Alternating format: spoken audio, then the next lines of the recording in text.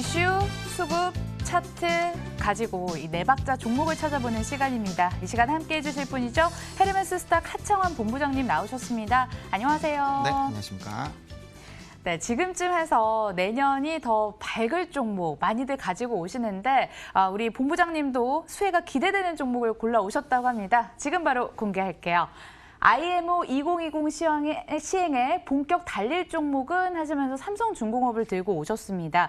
내년 1월 1일부터 국제해사기구에서 강력한 환경 규제가 시행될 예정인데요. 일단 조선업계 어떤 영향이 있을지부터 판단 들어보겠습니다.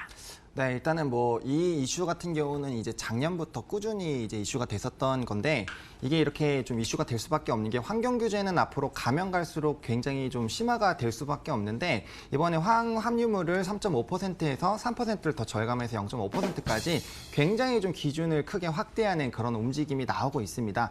그렇게 됐을 때는 일반적으로 있었던 그런 이제 선박들의 탈항 장치를 이제 구축을 한다거나 아니면 이제 친환경 선인 LNG 선으로 변화를 해야 되는데 이렇게 이제 교체 기간이 나오게 됐을 때는 전반적인 수주 물량들이 늘어날 수밖에 없는 그런 상황인 거죠.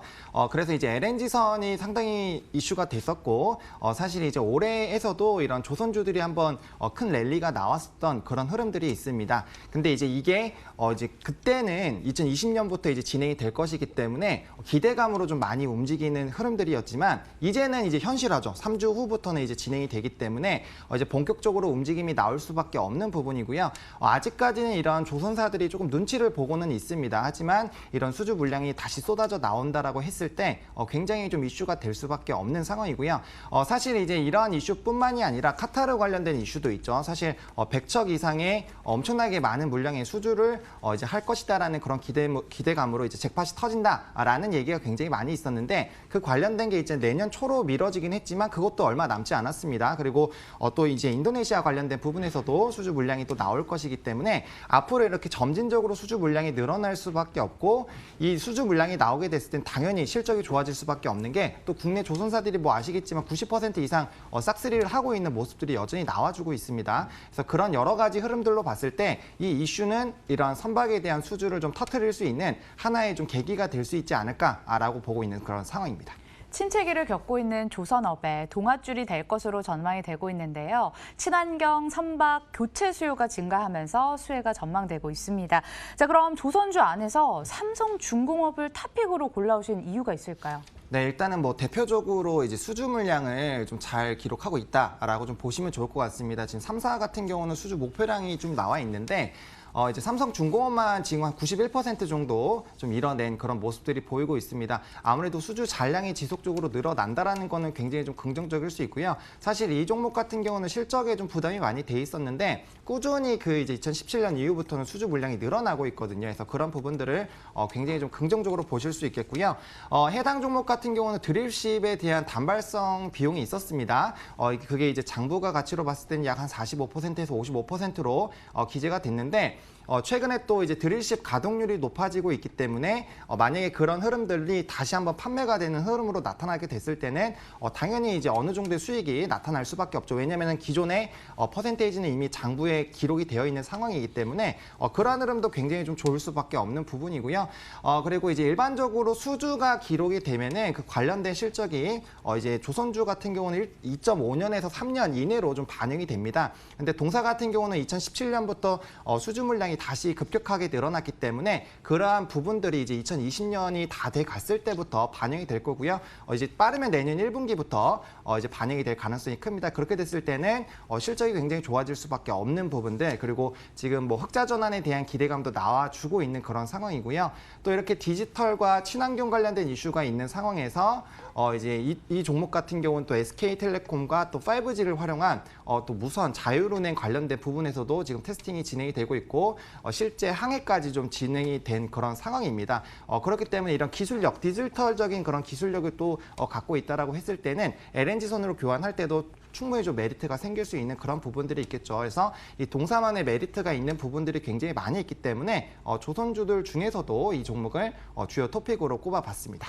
일회성 비용은 모두 장부에 반영이 됐고 3분기 어닝 쇼크 자체는 크게 걱정할 거리는 아니다라는 말씀을 주셨는데 사실은요. 5년 연속 실적이 부진했습니다. 영업 적자의 늪 진짜 헤어나올 수 있는 거예요? 네, 지금 이제 흑자 전환이 굉장히 예상이 되고 있고요. 지금 뭐 시장 컨센서스보다 약 10% 이상 이제 실적이 더 잘 나올 것이라는 그런 전망이 대부분입니다. 그렇기 때문에 그렇게 진행이 될 가능성이 높고요. 그다음에 우리가 좀 집중해서 봐야 되는 게 실적에서 이제 우리가 체크해 볼 수 있는 게 수주 잔량이라는 게 있죠. 그 금액이 지속적으로 높아지고 있고 앞서 설명드린 것처럼 그게 이제 진행이 되면서 장부에 기록이 될 것이기 때문에 흑자 전환은 무난하게 이뤄낼 것이다라고 보시면 좋을 것 같고요.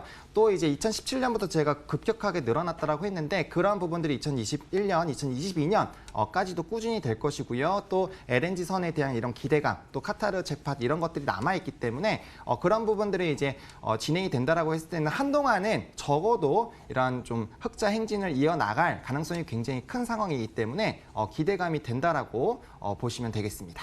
IMMO 2020에 따른 수혜로 또 해양 생산 설비와 LNG선 매출 비중이 높아지기 때문에 턴어라운드 가능성에 주목을 하자라고 말씀을 해주셨습니다. 그럼 수급을 살펴보도록 할 텐데 수급적으로는 개인이 주체가 되는 상황이에요. 이거 메이저 수급 주체들 도움 없이도 가능하겠어요? 사실 이제 이 종목 같은 경우는 이제 메이저 수급이 다시 돌아와야 되는데 네. 지금 이제 동사의 이런 주가 흐름을 봤을 때는 최근에 좀 저점 부근에서 움직이고 있어요. 그렇기 때문에 지금 수급 자체가 나쁘다는 거에 대해서 초점을 두지 마시고 사실 수급이 좀 좋지 않을 수밖에 없는 게 사실 어떠한 좀 상승할 만한 중요한 이슈가 있어야지 좀 주가가 급등을 하는 부분들이 있는데 최근에 한번 이런 뭐 이제 수주 관련된 이슈들로 한번 랠리가 나왔었고 또 한동안 이 종목 같은 경우 또 한동안 좀 주가가 지지부진했기 때문에 차익 실현 매물도 쏟아져 나오면서 이제 두 번째 계곡 찍어 나가고 있습니다. 그렇기 때문에 이러한 전반적인 업황에 대한 개선과 앞으로의 수주에 대한 기대감들이 들어와서 이런 수급적인 부분까지 좋아진다라고 했을 때는 바닥 다지면서 올라가는 그런 단단한 움직임이 나올 수 있기 때문에 그런 부분들을 좀 더 오히려 긍정적으로 보실 필요성이 있겠고요. 물론 말씀해주신 대로 이제 주가가 지속적으로 올라가려고 한다면은 당연히 수급적인 부분이 좀 따라와줘야 됩니다. 그래서 그런 부분들은 좀 체크를 해주시겠고요. 단기적으로 개인 물량들로 인해서 이 지지 라인이 형성이 되어 있기 때문에 일단 요 이제 조만한 박스권 라인을 좀 굉장히 좀 중요한 지지 라인으로 좀 생각을 해주시면 좋을 것 같고요. 이 부분을 이탈할 때 개인까지 수급이 너무 안 좋다라고 했을 때는 단기적으로 좀 정리해 주시는 방향으로 보시면 될 것 같고요. 그래도 좀 견조한 수급적인 부분들에서 지지가 나온다라고 했을 때는 이 부분에서 오히려 물량 모아가는 그런 부분들로 접근해 보시면 좋은 상황이다라고 말씀을 드리도록 하겠습니다. 수급이 좋아지는지 여부는 꼭 확인하고 들어가시라는 당부의 말씀 주셨습니다. 그렇다면 업황 개선을 믿고 수급이 좋아진다고 가정을 했을 때 얼마까지 올라올 수 있을까요? 일단은 단기적으로 봤을 때 제1차 목표가는 8,100원 라인입니다. 이 부분까지는 좀 안정적으로 상승이 가능한 게 뭐 그 전에도 이제 수주 관련된 이슈들로 인해서 충분히 상승을 했었고요.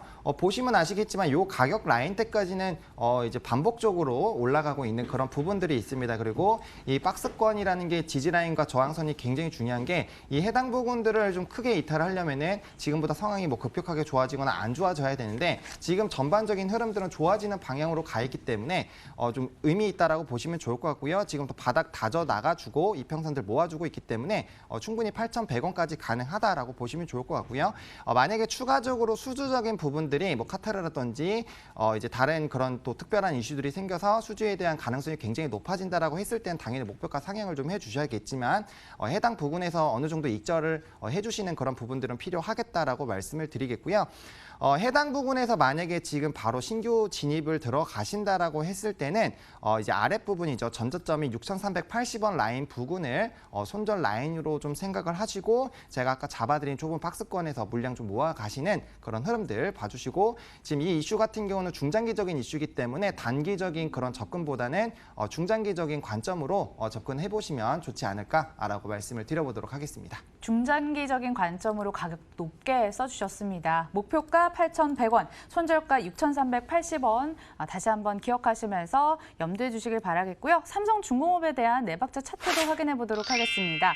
모멘텀이 가장 높은 점수를 받았습니다. 실적과 가격 뒤따르는 종목 삼성중공업 살펴봤고요. 앞으로도 완벽한 네 박자 종목을 찾아서 계속해서 함께해 보도록 하겠습니다. 헤르메스 스탁 하창한 본부장이었습니다. 고맙습니다.